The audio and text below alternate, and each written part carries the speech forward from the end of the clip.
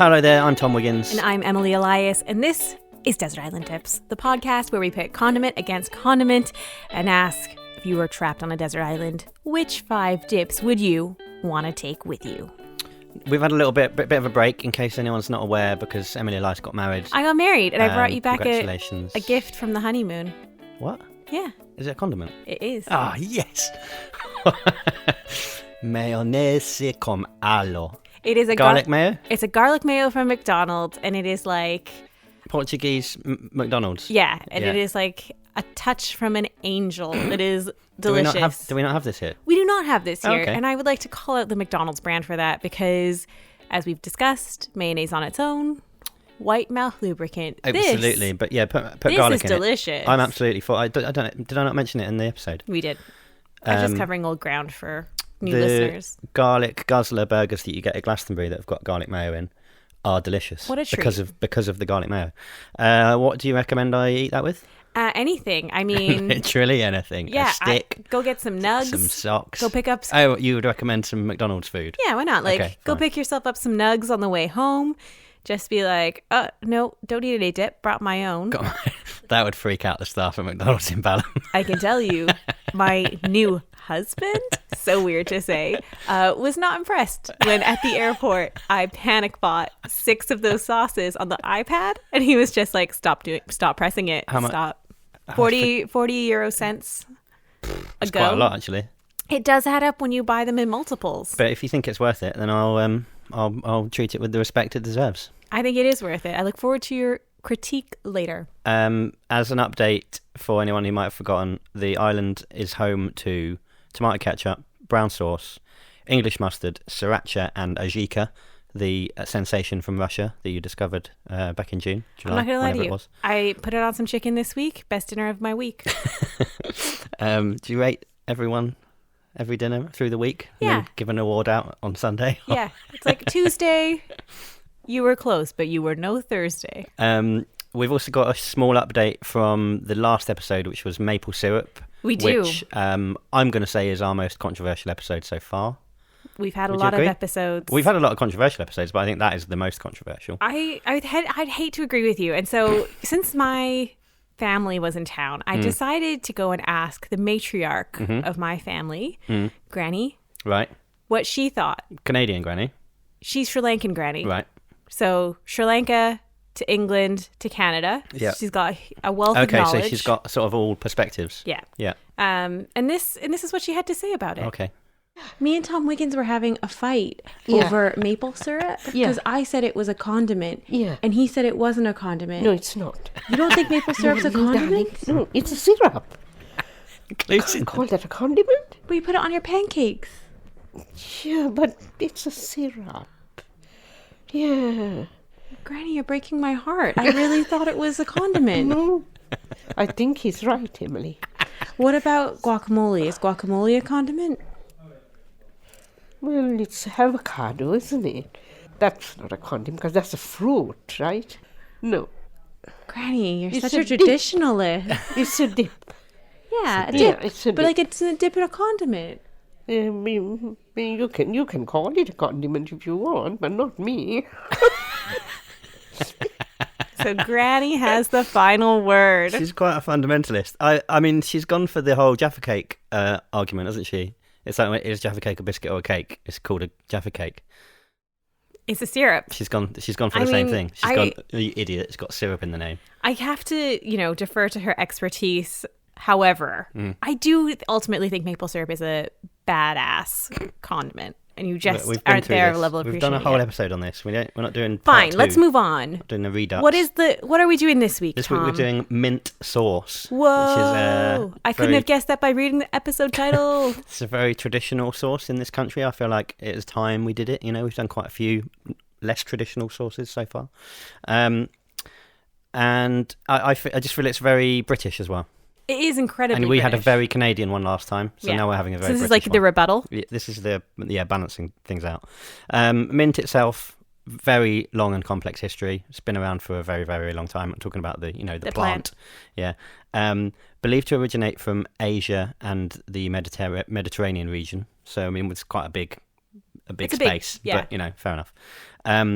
The name, lots of ideas of where the name come from. My favourite is that there's a Greek legend. You know all the Greek gods.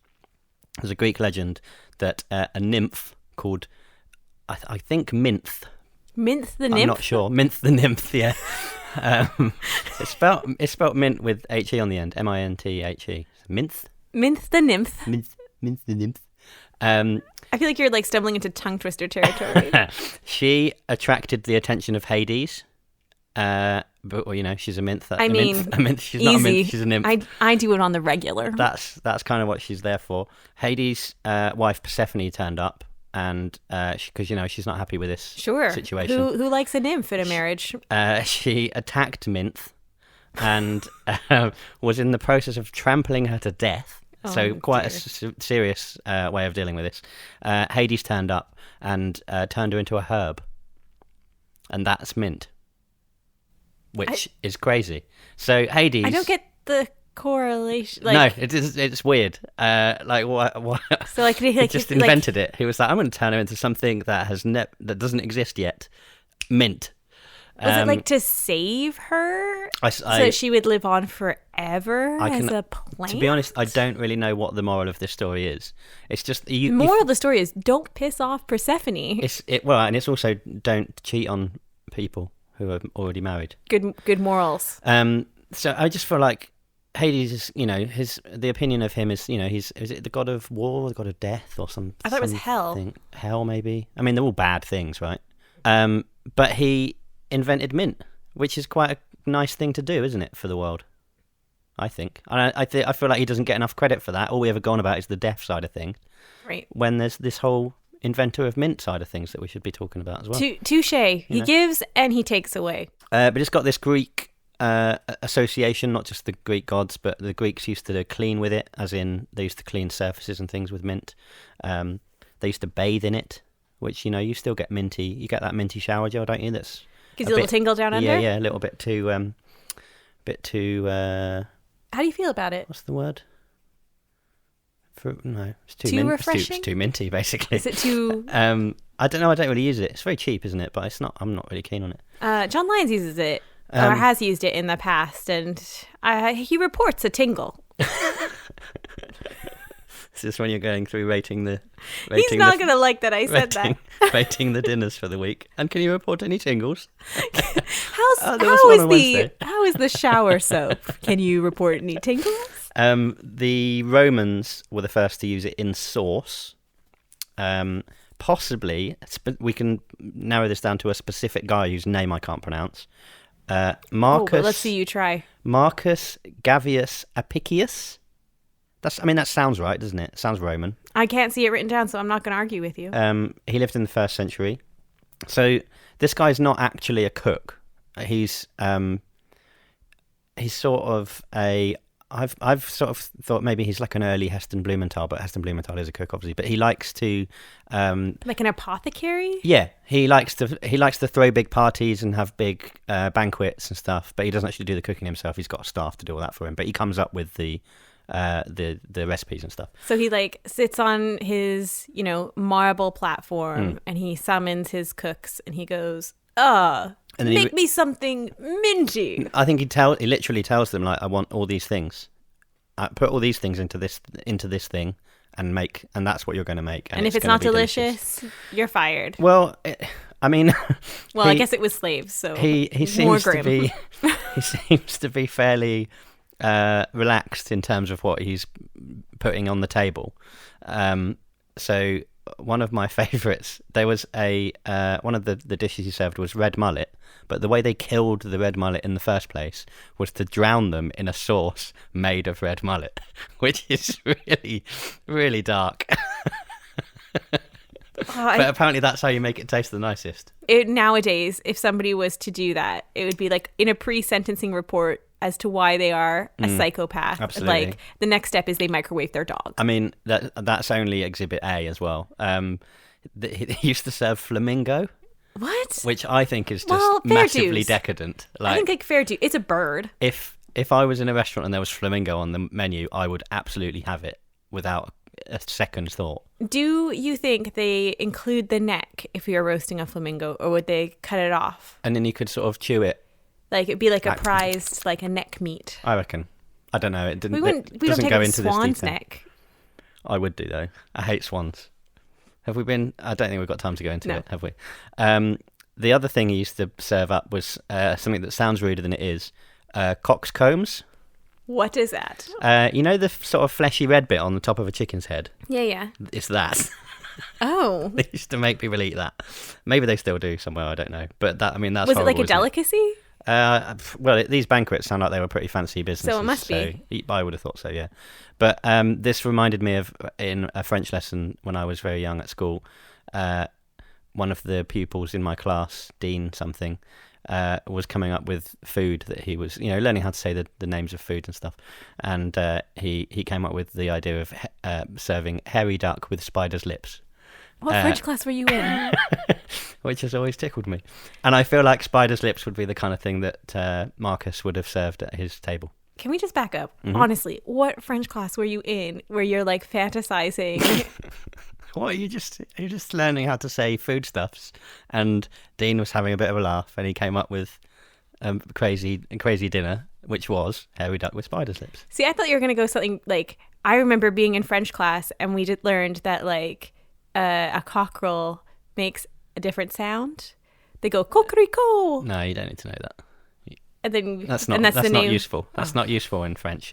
What is useful in British French classes is learning how to say the monkey is under the table and things like that. Right. But just in case a war breaks out and you need to only speak in French code. Mm-hmm. Mm-hmm. You've seen Hello. Maybe you haven't actually. No. I know. So Marcus publishes a couple of cookbooks. One called The Art of Cooking and another one that's just purely sources.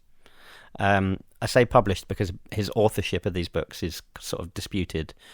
He probably put them together, but there's like 500 recipes in the Art of Cooking, and they reckon that probably quite a lot of them actually came from those cooks that he would get to make stuff for him. So his name's on there, but not necessarily all his ideas. He's more like the editor.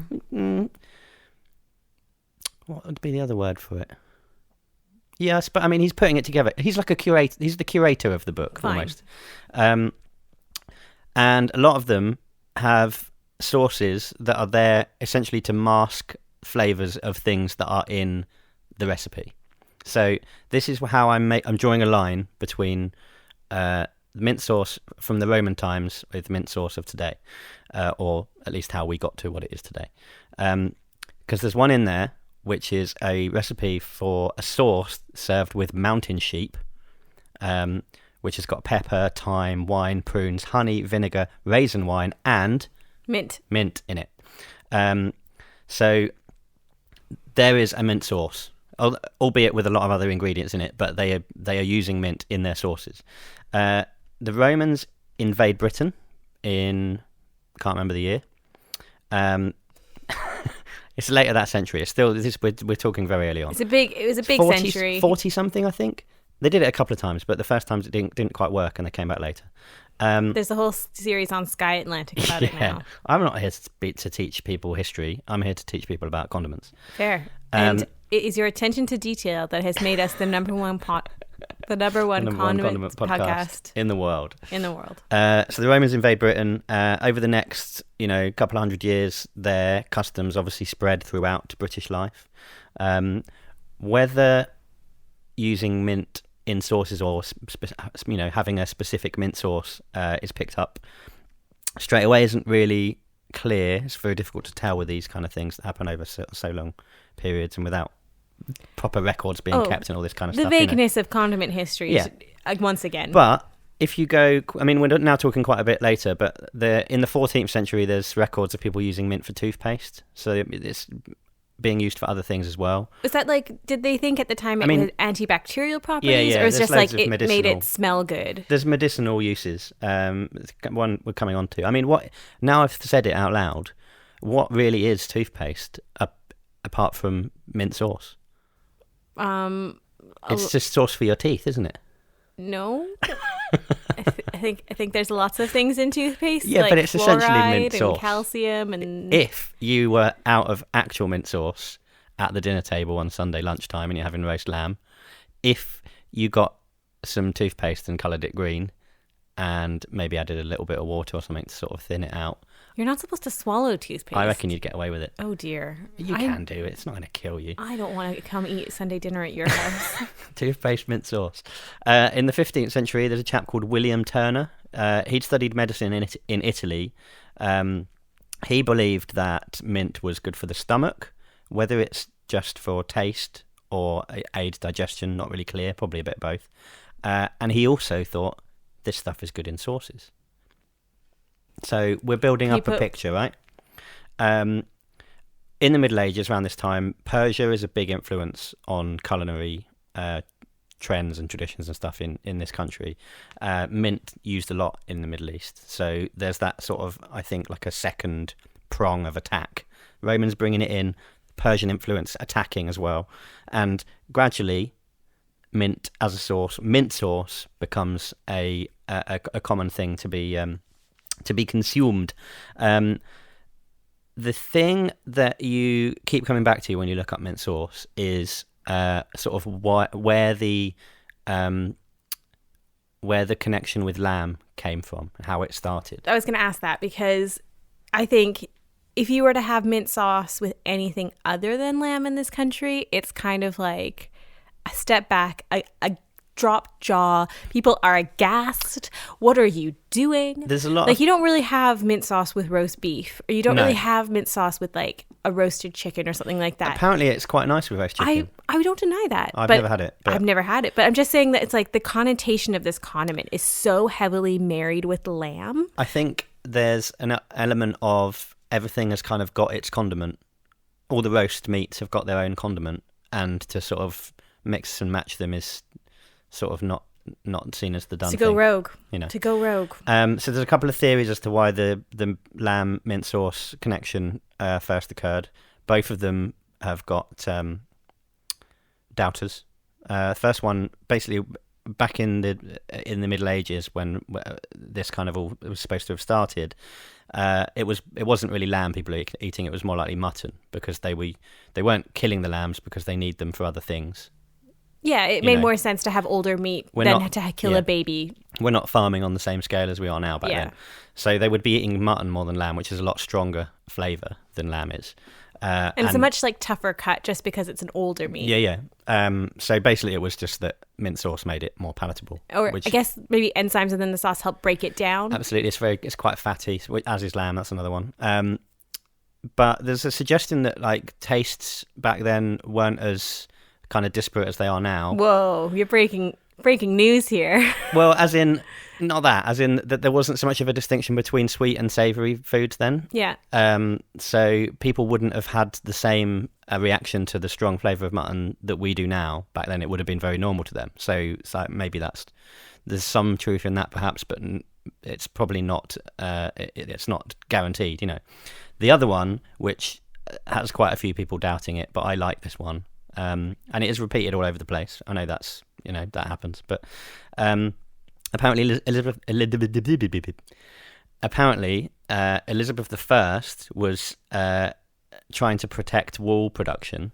Wool or wall? Wool, as in what you get off a sheep. Okay. Because that was an export that we used to make loads and loads of money off. And then Brexit. So there was a royal decree that if you were going to eat sheep, either lamb or mutton, but more likely lamb, as we've said, you had to eat it with bitter herbs. So she was basically trying to put people off from eating sheep. Oh. This is like her royal way of trying to save the wool industry. Oh. Elizabeth I, you sassy broad. Well, but it's massively backfired, hasn't it? Because it's so completely because it was actually delicious to eating lamb now. She's going, I know I'll put them off. I'll give them a really delicious condiment to eat with it. So that's failed. But well done to her. Hey, I would like to give her props for trying. Oh, yeah. Because what are the royals doing today?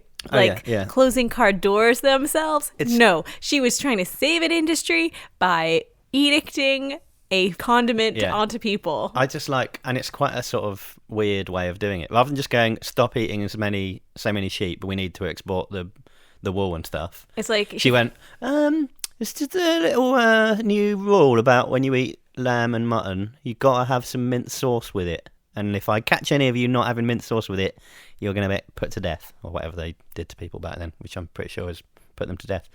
And there's the fattiness that you mentioned as well. That is a completely logical reason to eat it. It cuts through the fat. So the Roman recipe that I mentioned with all those other things in it, clearly it gets simplified as we go through the years. Yeah. There's a much simpler version in. We've talked about Mrs. Beaton before, haven't we? Oh, yes, she's a culinary icon for the, I guess, British cooking set. I think so.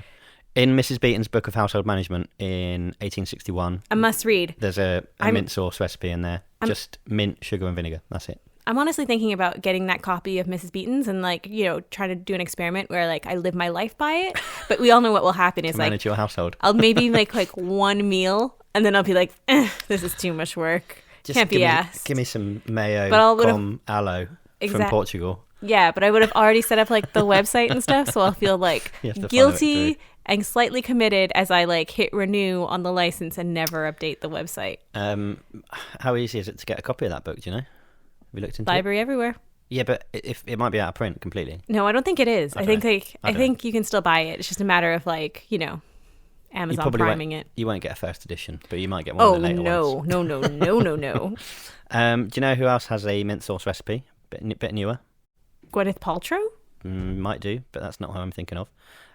The recently and very sadly departed Chaz Hodges from Rockney duo Chaz and Dave. R.I.P. Who formed the backbone of my best man speech at your wedding. Yeah. I don't know who Chaz and Dave are, but you nearly died. I nearly died on the way to see them, yeah.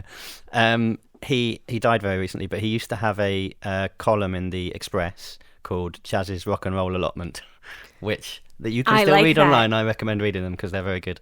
The opening sentence of the one that's all about mint sauce, it's basically about growing mint, but it has a recipe for mint sauce at the end. The opening sentence: remember that butternut squash I rescued from the snail gits on the hill some months ago? Well, it's let me down badly. The snail gits. So not ironic about it at all. It's all written in his voice. It's absolutely brilliant. The Snail Gits sounds like a band that he's probably in. Further down, he says, "It don't give a monkeys about bearing fruit. It just beefs its way about pleasing itself. And I swear it was sticking 2 stalks up at me the other evening." He's talking about a butternut squash there. What does that even mean? Do you understand that? I mean, it's like Shakespeare. Absolutely it is. When you hear a Shakespearean verse, you feel like you get the gist of it, but deep down you put those words next to each other and it looks like word soup. Do you want to hear his recipe? Yes, please. I think it's good just to honour him and to remember him. We'll pass on to the listeners Chaz's mint sauce recipe. So he says, you pick a good handful of bowls mint leaves. Bowls mint is a type of mint. Rinse and put on a chopping board. Sprinkle over a teaspoonful of sugar and shake on some salt. Start chopping. The sugar and salt will help soak up the mint sauce as you go. Then put it all in a mint dish and pour boiling water over to just cover it. I don't know what a mint dish is, by the way. Add malt vinegar, about a couple of teaspoons, and then you're done. That's it. That's his, he says that is the best mint sauce you can possibly get. I mean, he would do, but, I believe him. I mean, it's a very simple and yet confusing recipe. I think much what's a mint plate? I don't know. It's much like the Chaz and Dave catalog. Simple, yet confusing.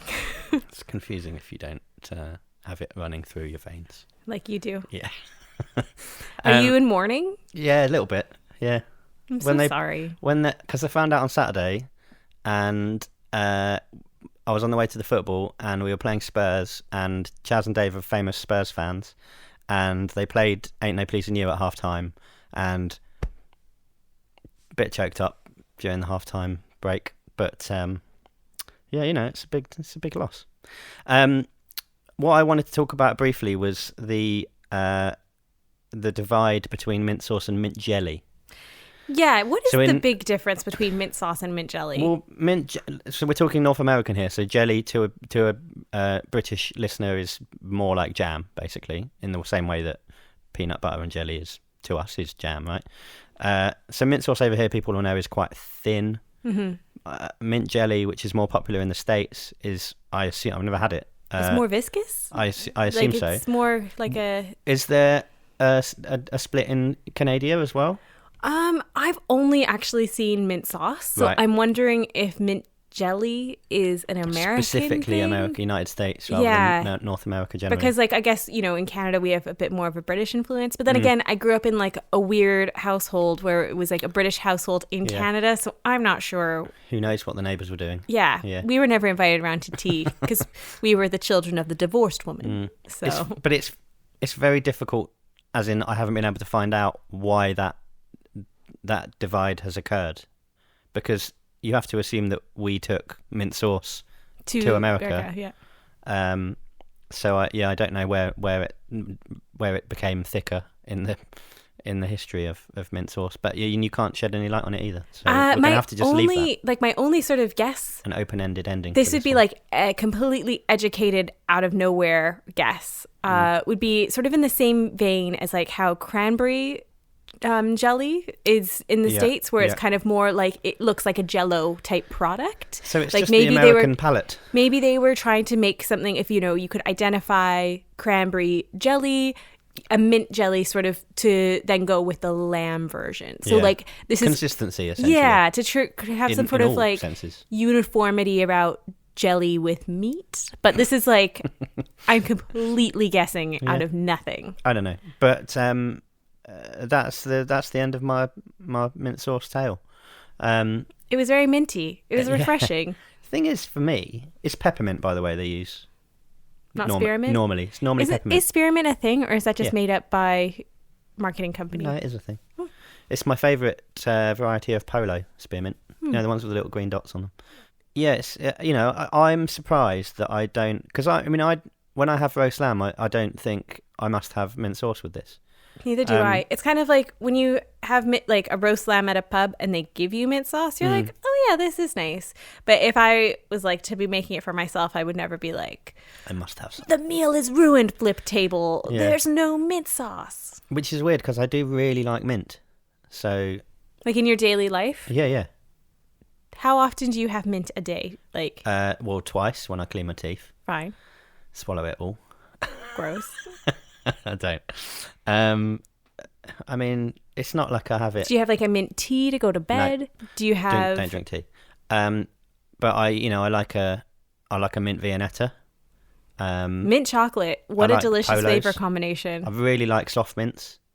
What other mint things are there? After Eight mints. Yes, I like those. All of those. That genre of chocolate. That says Christmas to me. Matchmaker, After Eight. There's loads of those. Yeah. If they all still exist. Chewing gum. I don't have a lot of chewing gum actually. Do you rather go for like a solid mint spearmint. over a chewing Or gum? Tree Ball Extra Strong mints. They are delicious.